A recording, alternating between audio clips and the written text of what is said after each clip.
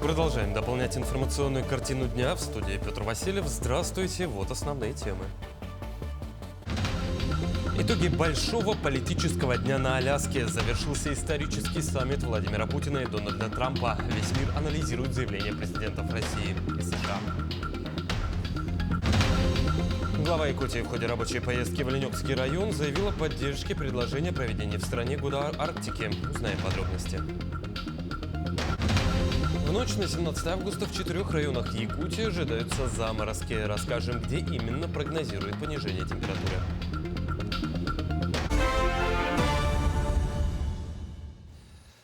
Итак, Аляска – главное политическое событие года. Владимир Путин, Дональд Трамп. Переговоры президентов России и США завершились. Саммит в формате 3×3 продлился порядка 3 часов. О чем говорили и к чему пришли лидеры двух держав, узнаем далее. Момент, за которым следил весь мир. Рукопожатие и небольшой диалог сразу после. Владимир Путин, Дональд Трамп, Аляска. Первая за несколько лет встреча глав двух государств, близких соседей. Добрый день, дорогой сосед. Очень приятно видеть вас в добром здравии и живым. И по-соседски это очень звучит, по-моему, по-доброму. С этой фразы Владимир Путин начал встречу со своим американским коллегой. И тема соседства прошла красной нитью через весь саммит. Безусловно, главная тема – ситуация на Украине. Россия заинтересована в том, чтобы положить конец украинскому кризису и готова работать над безопасностью границ. Одним из центральных вопросов стала ситуация вокруг Украины. Мы видим стремление администрации США и лично президента Трампа содействовать разрешению украинского конфликта. Его желание вникнуть в суть и понять его истоки. Я не раз говорил, что для России события на Украине связаны с фундаментальными угрозами нашей национальной безопасности. Дональд Трамп, в свою очередь, уточнил, удалось согласовать многие пункты украинской проблематики, но по ряду все еще нет договоренностей. Он отметил, что позвонит главе киевского режима Владимиру Зеленскому и коллегам по НАТО, чтобы проинформировать о содержании встречи с президентом России. Мы достигли согласия по многим пунктам, осталось согласовать совсем немного. Подводя итоги саммита с Трампом, Путин подчеркнул неразрывную историческую общность России и Украины, охарактеризовав текущее положение дел как глубокую трагедию для обоих народов.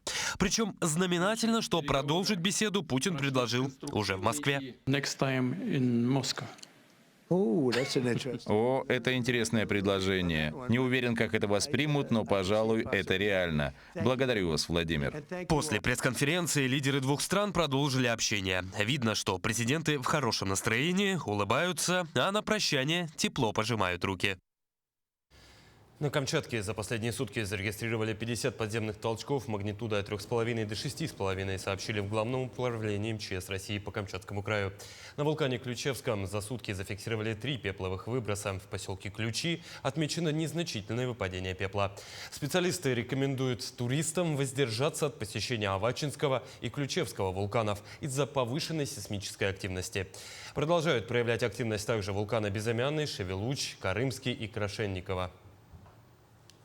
Совокупная задолженность россиян по ипотечным жилищным кредитам по состоянию на 1 июля превысила 22 триллиона рублей, сообщили в обзоре рынка ипотечного кредитования ЦБ России. По информации регулятора, в июне в стране сохранялись невысокие темпы прироста ипотечного портфеля. Так, задолженность по ИЖК с учетом приобретенных кредитными организациями прав требований по кредитам к началу второго месяца лета составила 20,4 триллиона рублей, увеличившись на 0,3%. Глава Якутии в ходе рабочей поездки в Оленёкский район заявила о поддержке предложения представителя президента России в ДФО Юрия Трутнева о проведении в стране Года Арктики в 2027 году. Подробнее о посещении Венкийского национального района узнаем из материала далее. Глава Якутии проверил исполнение своих поручений за последние 5 лет. Также прозвучали актуальные вопросы от общественности района. Население волнует ветхое состояние больницы. Были озвучены предложения по увековечиванию выдающихся личностей Оленёкской земли. Появились новые замечательные объекты и в образовании, в культуре. Построены жилые дома для переселенцев из аварийного жилого фонда. Самое главное, что очень много делается не только за счет каких-то средств из республиканского бюджета, очень много делается здесь на месте благодаря энергии людей, их стремлению сделать жизнь на Ленинской земле лучше.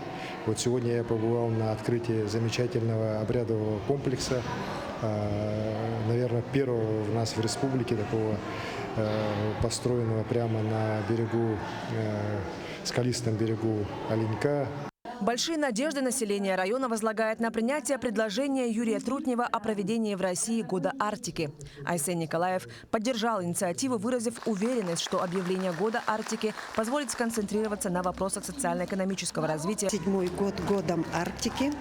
Я надеюсь, что этот Год Арктики внесет большие изменения в жизни, вообще развитие наших северных районов и привлечет большое внимание к нашим уникальным традициям, природе, людям. Это привлечет арктические районы, арктические улусы, дополнительные средства, дополнительные ресурсы, и финансовые, и материальные. Будет комфортно и по благоустройству наших городов, сел, поселков. Также минутой молчания и возложением цветов глава республики почтил память Александра Иванова, бывшего главы Оленёкского района. Сквер его памяти по инициативе жителей района был открыт осенью 2022 года. Александр Иванов в 2013 году был избран главой Оленёкского и Венкийского национального района.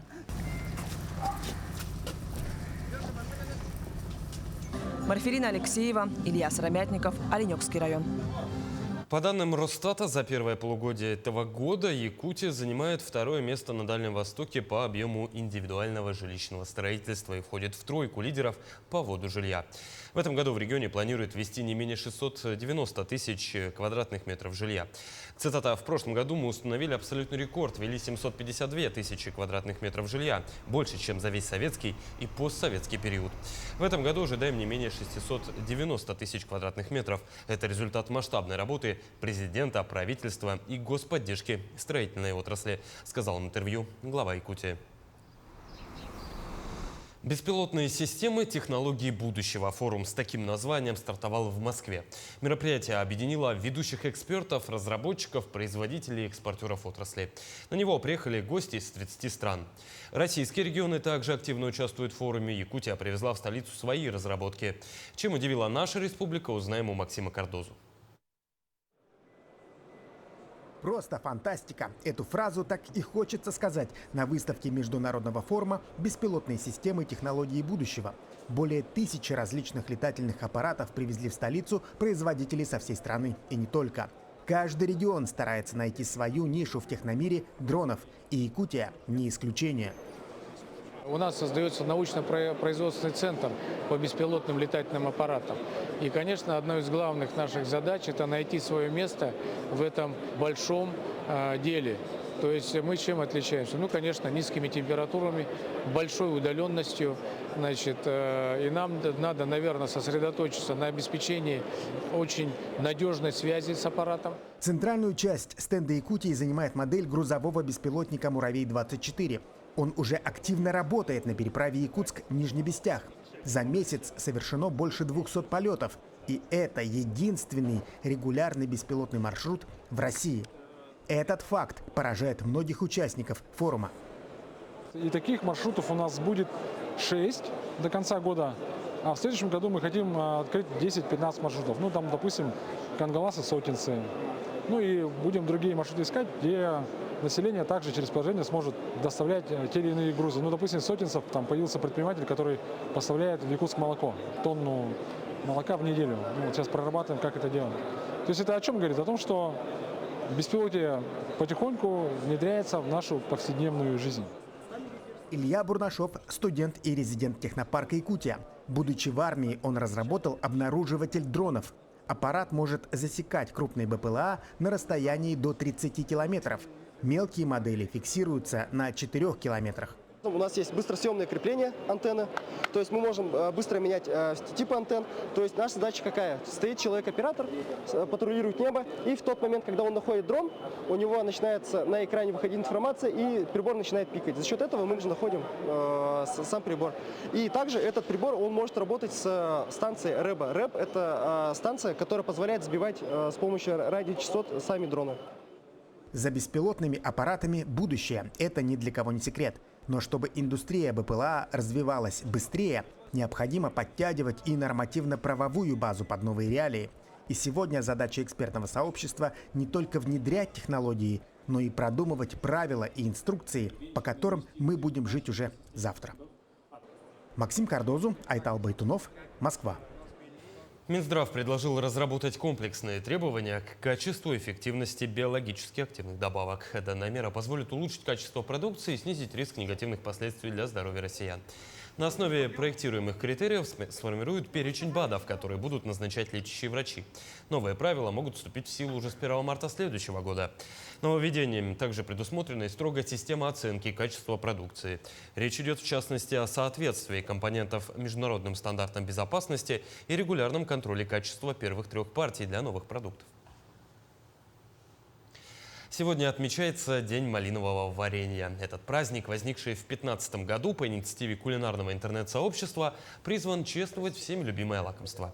Дата 16 августа выбрана не случайно. Она совпадает с народным праздником – Малинником, который также отмечался в середине августа, знаменуя собой окончание сбора урожая ягоды.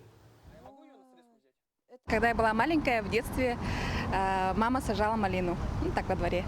И я по утру выходила и собирала тайком, кушала. Ой, малину, конечно, очень любим. Она же очень полезная. И, конечно же, надо время от времени вообще кушать малину, держать в хозяйстве. В общем, она очень нужна для здоровья. Только дикую малину приходилось собирать. Но она известна полезна, чем на простудное заболевание. Ну, то, что известно мне. Ну, люблю я ее просто, люблю. А приходилось когда-нибудь самой собирать ее? Да. Где и когда? В Алдане, в Алданском районе. В ночь на 17 августа в 4 районах Якутии ожидаются заморозки. Как сообщают синоптики, температура воздуха до нуля -2 опустится в Горном, Алекминском, Сунтарском, Мирбинском районах. В Якутске в ночь на воскресенье ожидается +4, +6, днем +20, +22. На юго-востоке и северо-востоке пройдет небольшой местами умеренный дождь, но остальной части Якутии будет преимущественно без осадков. На этом все. До встречи в дальнейших эфирах.